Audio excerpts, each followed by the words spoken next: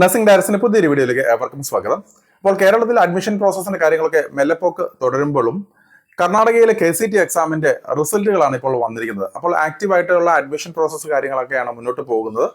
അപ്പോൾ കർണാടക എക്സാമിനേഷൻ അതോറിറ്റിയുടെ KEA വെബ്സൈറ്റിൽ നിങ്ങൾ നോക്കിക്കഴിഞ്ഞാൽ KCET എക്സാമിന്റെ റിസൾട്ടുകൾ പബ്ലിഷ് ചെയ്തിട്ടുണ്ട്.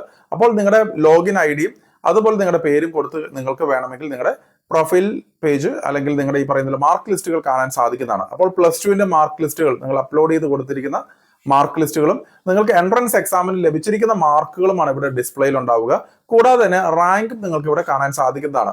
അപ്പോൾ പല കുട്ടികൾക്ക് പല രീതിയിലാണ് റാങ്കുകൾ കാര്യങ്ങളൊക്കെ വന്നിരിക്കുന്നത്. അപ്പോൾ നിങ്ങളിവിടെ മാർക്ക് പരിശോധിക്കുമ്പോൾ നിങ്ങൾക്ക് കാണാൻ സാധിക്കുന്ന ഒരു കാര്യം, കുറെ ക്വസ്റ്റ്യൻസ് ഒക്കെ തന്നെ അവർ ക്യാൻസൽ ചെയ്തിട്ടുണ്ട്. അപ്പൊ ക്യാൻസൽ ചെയ്തിരിക്കുന്ന ക്വസ്റ്റ്യൻസ് ഇതിൻ്റെ അകത്ത് ആഡ് ചെയ്തിട്ടില്ല. അപ്പോൾ കഴിഞ്ഞ വർഷങ്ങളൊക്കെ തന്നെ ക്യാൻസൽ ചെയ്യുന്ന ക്വസ്റ്റ്യൻസിന്റെ ഒക്കെ ആ ഒരു മാർക്കും കൂടെ ഇവിടെ കൺസിഡർ ചെയ്യുമായിരുന്നു. പക്ഷെ ഇപ്പോൾ ആ ക്യാൻസൽ ചെയ്ത ക്വസ്റ്റ്യൻസിന് അകത്തുനിന്ന് തന്നെയായിരിക്കും ഇവിടെ മാർക്കുകളും അതുപോലെ റാങ്കുകളും നിർണ്ണയിക്കുന്നത്. അപ്പോൾ നിങ്ങൾക്ക് ഈ പറയുന്ന രീതിയിൽ ഫിസിക്സ്, കെമിസ്ട്രി, ബയോളജി 3 സബ്ജക്റ്റുകളാണ് BSc നഴ്സിംഗിന് വേണ്ടി പരിഗണിക്കപ്പെടുക.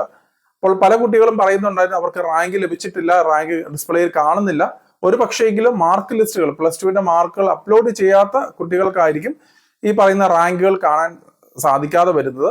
അപ്പോൾ എന്ത് തന്നെയായാലും നിങ്ങൾ KEA ആയിട്ട് ബന്ധപ്പെട്ട് എത്രയും പെട്ടെന്ന് അതിന്റെ ബാക്കിയുള്ള നടപടികളും കാര്യങ്ങളും മുന്നോട്ട് കൊണ്ടുപോകുക. അല്ലെങ്കിൽ നിങ്ങൾക്ക് റാങ്കിങ് കാണാനുള്ള പോസിബിലിറ്റി കാണുകയില്ല.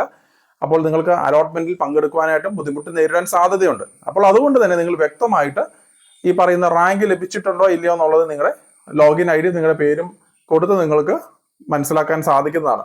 അപ്പോൾ അടുത്ത ഘട്ടം എന്ന നിലയിൽ KCETയുടെ അലോട്ട്മെന്റ് പ്രോസസ്സുകളാണ്. അതിന് മുന്നേ ആയിട്ട് കോളേജ് ഓപ്ഷൻസ് കൊടുക്കേണ്ട ഒരു അവസരമാണ് ഉണ്ടാവുക.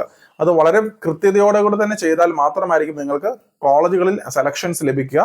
ഇല്ലാത്ത പക്ഷം പല കുട്ടികൾക്കും കഴിഞ്ഞ വർഷങ്ങളിലൊക്കെ പ്രോപ്പർ ആയിട്ടുള്ള ഒരു അലോട്ട്മെന്റ് കൊടുക്കാത്തതുകൊണ്ട് അല്ലെങ്കിൽ കോളേജ് ഓപ്ഷൻസ് സെലക്ട് ചെയ്യാതെ കൊടുത്തതുകൊണ്ട് തന്നെ കുട്ടികൾക്ക് അഡ്മിഷൻസ് നഷ്ടമായ കേസുകൾ നിരവധി റിപ്പോർട്ട് ചെയ്തിട്ടുണ്ട്. അപ്പോൾ പ്രോപ്പർ ആയിട്ട് തന്നെ കോളേജുകൾ സെലക്ട് ചെയ്യാനായിട്ടും അതുപോലെ തന്നെ അലോട്ട്മെന്റ് പ്രോസസ്സുകൾ, ഫസ്റ്റ് സെക്കൻഡ് അലോട്ട്മെന്റ് പ്രോസസ്സുകൾ, അങ്ങനെ ഹയർ ഓപ്ഷൻസ് ഉൾപ്പെടെയുള്ള പല കാര്യങ്ങളും നിങ്ങൾക്ക് ഇവിടെ കാണാൻ സാധിക്കുന്നതാണ്. അപ്പോൾ അത് പ്രോപ്പറായിട്ട് കാര്യങ്ങൾ മനസ്സിലാക്കിയിട്ട് മാത്രം അത് കാര്യങ്ങൾ ചെയ്യുക.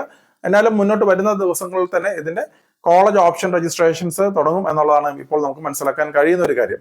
അപ്പോൾ നമ്മളിവിടെ ഒരു കാര്യം നിങ്ങൾ ശ്രദ്ധിക്കേണ്ടത്, കർണാടകയിലുള്ള രാജീവ് ഗാന്ധി യൂണിവേഴ്സിറ്റിയുടെ കീഴിലുള്ള എല്ലാ കോളേജുകളും ഈ പറയുന്ന ഓപ്ഷൻസ് ആയിട്ട് നിങ്ങൾ കാണാൻ സാധിക്കുന്നതാണ്. അല്ലാതെ ഈ കോളേജുകൾ ലിസ്റ്റിൽ കാണുന്ന കോളേജുകളെല്ലാം തന്നെ എല്ലാവിധ അംഗീകാരങ്ങളും ലഭിക്കുന്നതാണെന്നുള്ളത് നിങ്ങൾ തെറ്റിദ്ധരിക്കരുത്. കാരണം രാജീവ് ഗാന്ധി യൂണിവേഴ്സിറ്റിയുടെയും കർണാടക നഴ്സിംഗ് കൗൺസിലിന്റെ അംഗീകാരമുള്ള കോളേജുകളായിരിക്കും ഇതിൽ ഡിസ്പ്ലേയിൽ ഉണ്ടാവുക. പക്ഷെ ഇതിൽ പലതും INC ഇല്ലാത്ത കോളേജുകളും ഉൾപ്പെടുവാനുള്ള സാധ്യതകളുണ്ട്. എന്ത് തന്നെ ആയാലും നിങ്ങൾ കോളേജുകളെ കുറിച്ച് മനസ്സിലാക്കിയിട്ട് നിങ്ങൾ ഒരു ലിസ്റ്റ് പ്രിപ്പയർ ചെയ്ത് വെക്കുക. നിങ്ങൾ ഓപ്ഷൻ രജിസ്ട്രേഷൻ സമയത്ത് പ്രോപ്പർ ആയിട്ട് തന്നെ കോളേജുകൾ നൽകുക. അത് കഴിഞ്ഞതിന് ശേഷം മാത്രമായിരിക്കും അലോട്ട്മെന്റ് പ്രോസസ്സുകൾ തുടങ്ങുക. അപ്പോൾ അലോട്ട്മെന്റ് പ്രോസസ്സിന്റെ സമയത്തും ഘട്ടം ഘട്ടമായിട്ടായിരിക്കും നടത്തപ്പെടുക. അപ്പോൾ ഓരോ അലോട്ട്മെന്റുകൾക്ക് ശേഷവും അലോട്ട്മെന്റ് മെമ്മോ ലഭിക്കുന്നതാണ്. അപ്പോൾ അത് കഴിഞ്ഞതിന് ശേഷമാണ് നമ്മൾ കോളേജിൽ റിപ്പോർട്ട് ചെയ്യേണ്ട ഒരു സാഹചര്യം ഉണ്ടാവുക. അപ്പോൾ ആ സമയത്താണ് നമ്മൾ സർട്ടിഫിക്കറ്റുകളും ബാക്കി ഫീസുകളെല്ലാം അടച്ച് നമ്മൾ അഡ്മിഷൻസ് കംപ്ലീറ്റ് ചെയ്യേണ്ടതായിട്ട് വരിക. അപ്പോൾ മറ്റൊരു അപ്ഡേറ്റുമായി ഉടൻ തന്നെ കാണാം. നന്ദി.